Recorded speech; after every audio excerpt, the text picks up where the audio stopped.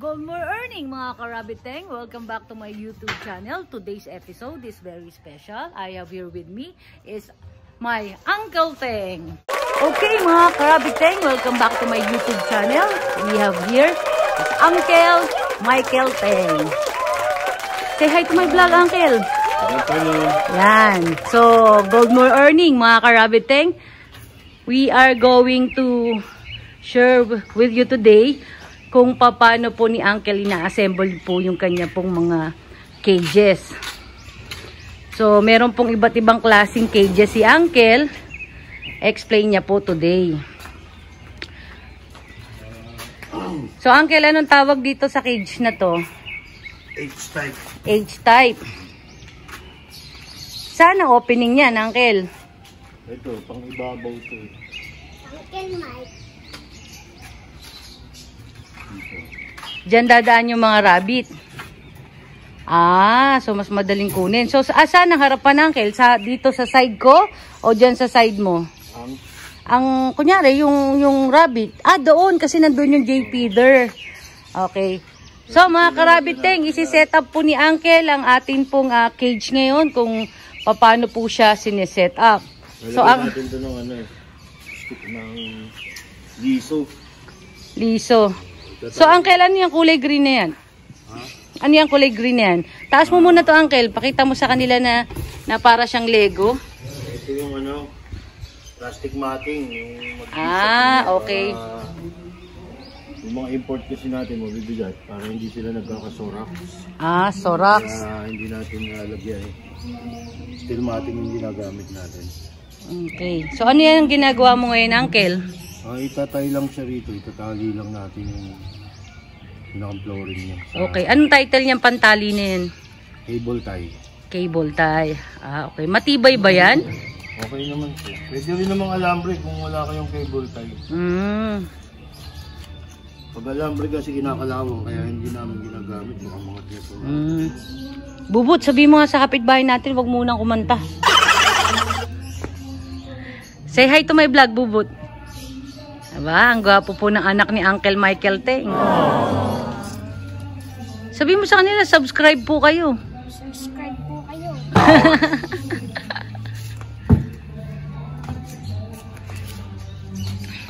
So, palagay mo, Uncle, ang isang ganitong set na 2 rabbit ang mailalagay. Magkano ito ngayon, Uncle, sa market? Pagka ang kadalasan kasi kinukuha sa amin yung buo na siya nakaset na, kompleto na, may J-feeder. Yung 24 holes, 28,000. Kompleto na, may J-feeder na, may drinker na. Galvanized po ito, mga karabiteng. Kung mapapansin nyo po, makapal po siya.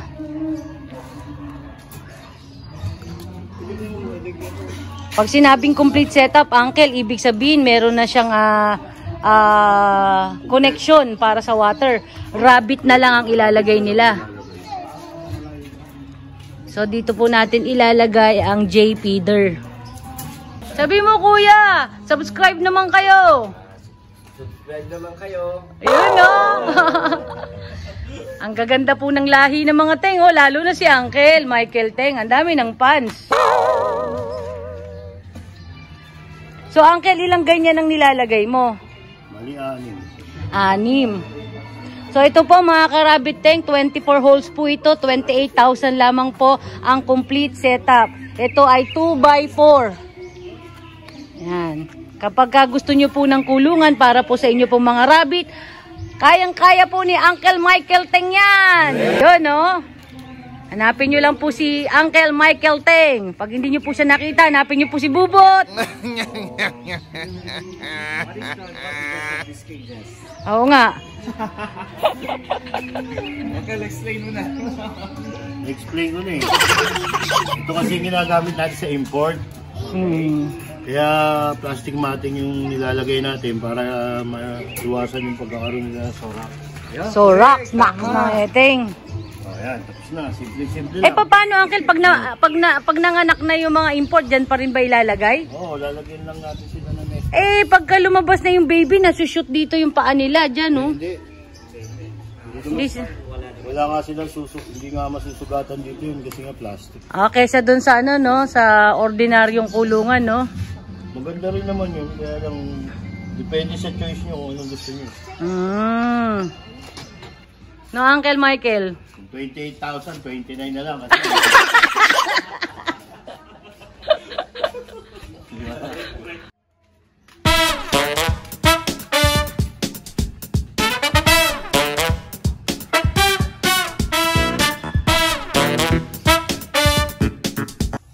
Yon, mga karabiteng, explain po sa atin ni Uncle Michael ang bago pong kulong. ito yung bagong labas naming mga cages na tama-tama sa mga kids natin.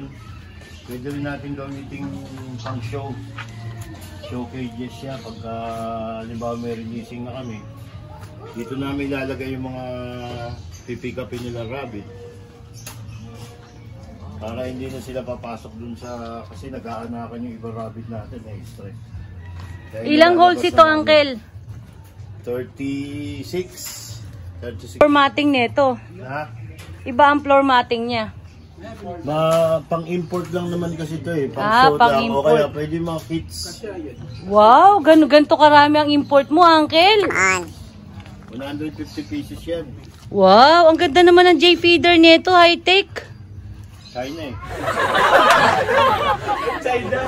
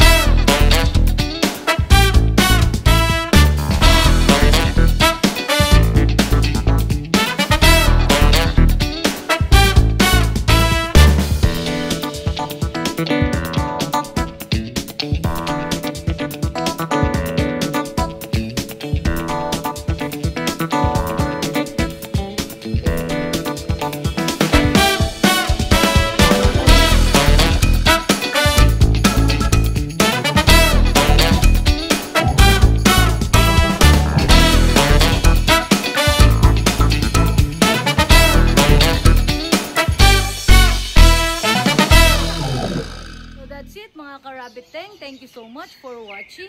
I hope you subscribe, like, and share our channel. Please don't forget to hit the notification bell in order for you to get notified whenever I upload a newest video. Thank you so much, everyone. Happy farming. Bye.